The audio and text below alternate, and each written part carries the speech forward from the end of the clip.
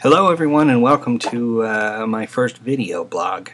This is my very first try at this, so please bear with me. There's probably going to be the odd hiccup, but what I wanted to talk about today was the recent cuts to Canadian culture and some issues that I see as being problems with social conservatism coming into play in our government. Of course, that first started to come out with the Reform Party and then the Canadian Reform Conservative Alliance Party. And it's important to remember that Stephen Harper, our current Prime Minister, was a founder for the Reform Party and a leader for the Conservative Alliance Party before he and Mackay found a way to combine the two Conservative parties and stop splitting the vote, which resulted in Canadians handing him a minority government in 2006. Now, in the past weeks and months, we're starting to see this reform-style government coming back into play with these cuts to these programs that support Canadian culture. And part of that, I think, is based on this notion that things should be able to do well enough in the market, even in the cultural sense. And that is, to my mind, a very American-style way of thinking in terms of value. Because in that model, you have value being created by market.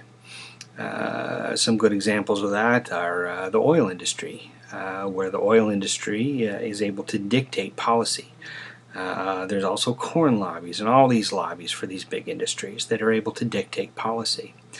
In terms of arts and culture, I don't think it's considered to be a lobby that has that kind of influence, and I don't think we do.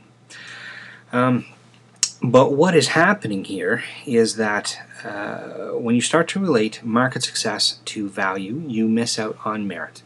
And merit is an important thing, particularly in arts and culture. And how does merit fit into this model? And it doesn't really. I'll give you some examples. Let's look at the porn industry, for example. In North America, the porn industry is worth tens of billions of dollars. That's market. But would anyone be willing to stand up on a stage and argue the merit of the industry based on how it does in the market? I certainly wouldn't want to be that person. Market gives us things like V10 and V12 Hummers, whereas merit will give us things like a hydrogen-powered car or dual-fuel cars, those sorts of things. Market gives us movies like Son of Rambo and Tropic Thunder. Merit will give us movies like Frozen River and Fire Horse. Fire Horse won several awards around the world over the past little while.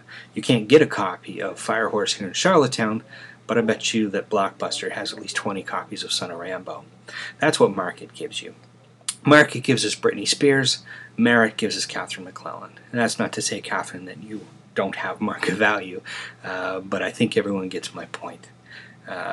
To just drive the point home, the best-selling product of all time in human history is now a video game.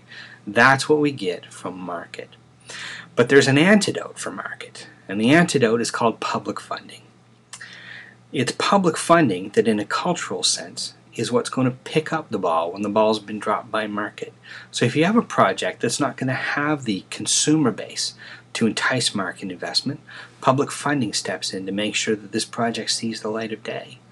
The market is not going to be anxious to fund projects that are going to maybe insult some people's sensibilities or push boundaries, whether they be boundaries of cultural acceptance or boundaries of norms or boundaries of taste, whereas public funding can step in again and make sure that those projects have a chance, if they're worthy, if they're meritorious, to see the light of day. When you remove these projects, or these sources of funding, you remove the projects, and when you remove those projects, you start to stop the dialogue that's so important about being Canada and being Canadian. To sort of take it a little bit step further, when public funding works, I think that's what makes Canada work at its best. I think that's what it's best about being Canadian. When we see these projects that might cause us to raise eyebrows or might cause some sort of insult, might cause us to pause, that's when we talk. We in Canada, we don't shoot people, we don't hang people, we don't exile people, we certainly don't put bounties on people's heads for the work that they've done in arts and culture. In Canada, we can recognize that there are sinister aspects of our society that we may not want to deal with. And we should also recognize that it's often the arts community that draws our attention to those things, sometimes in a way that we don't necessarily like, but in an important way to get a discussion going. So, Mr. Harper, I have a few things. I don't agree with your stance on Canadian society, and I don't share your opinion on public funding for the arts.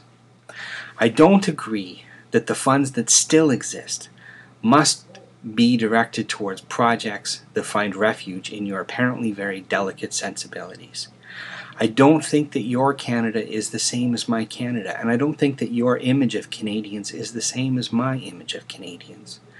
I find that your growing intolerance to all of these things is disturbing, and I think that you're taking this country in the wrong direction.